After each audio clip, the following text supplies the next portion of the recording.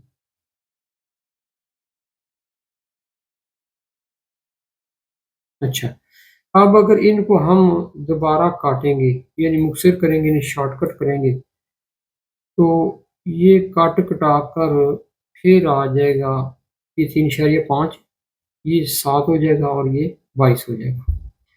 तो ये इनके दरमियान जो निस्बत है ना, रेशो है या जो तल्लक है ना इसका आपस में, वो इसी तरह से ये कम और ज़्यादा होता जाएगा। अच्छा, इसका ना दूसरा हिस्सा इधर आ गया, दायरे को तकसीम करना, दायरे की तकसीम। तो इसकी तकसीम जो है ना, ये भी मैं आपको समझा देता हूँ। यानी ये चीज़ भूलनी नहीं चाहिए, यानी ये जैसे गोंद चलते जाएंगे ना तो वैसे वैसे ये आगे बढ़ता जाएगा।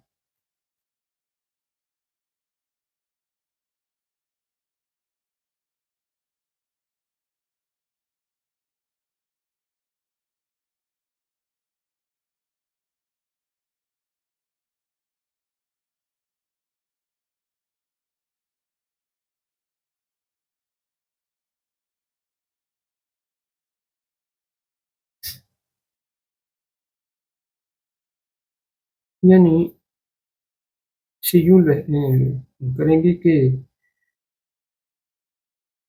ये इनकी जो आपस में निस्बत है ना वो उसी तरीके से बढ़ती जाएगी। तो अगर एक चीज़ डबल होगी तो फिर दूसरी भी डबल, तीसरी भी डबल करनी पड़ेगी। बस ये मोटा सा उसूल है, अगर ये आप समझ गए तो ये काम बन जाएगा। तो 7/22 जो है ना, आगे मजीद भी सवाल आते हैं। अगर आपके पास ये कुतर है, मैं फिर ये आपको समझा देता हूँ। कुतर मालूम है आपको, आपने निकालना है इसका ये वाला मुहीत। तो ज़ाहिर है कि ये छोटी रकम आपको मालूम है, तो बड़ी मालूम करने के लिए आपको ये 7 को ज़रब देनी पड़ेगी 22 से, या 22/7 से ज़रब देनी पड़ेगी। अगर आपने मुहीत मालूम करना है तो फिर आपको ए, 7 को ज़रब या जितनी भी इसकी मकदार है उसको 22/7 से ज़रब देंगे तो ये मुहीत आ जाएगा। अच्छा, अगर आपको मुहीत मालूम है और आपने कुसर मालूम करना है तो फिर चूँकि बड़ी रकम आपको मालूम है, छोटी मालूम करनी है, तो फिर आपने ऐसा करना है कि ये जो मुहीत है इसको आपने ज़रब देनी है 7/22, यानी 7 ऊपर चला जाएगा, 22 नीचे आ जाएगा और उसका जवाब जो है ना वो कम हो जाएगा। तो ये भी मैं यहाँ पर लिख देता हूँ। तो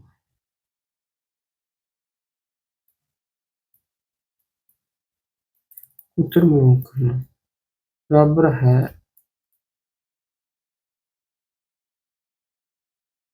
मुहीत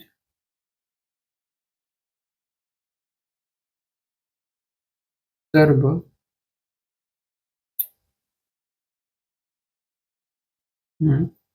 7/22। उत्तर में करने के लिए मुहीत ज़रब 7/22, यानी मुहीत ज़रब 22/7। अच्छा, तो ये है उत्तर में करना और आगे दूसरा मुहीत में करना। तो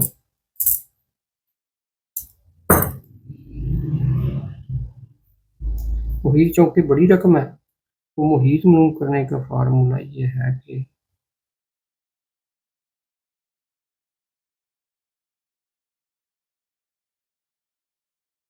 मालूम करना बराबर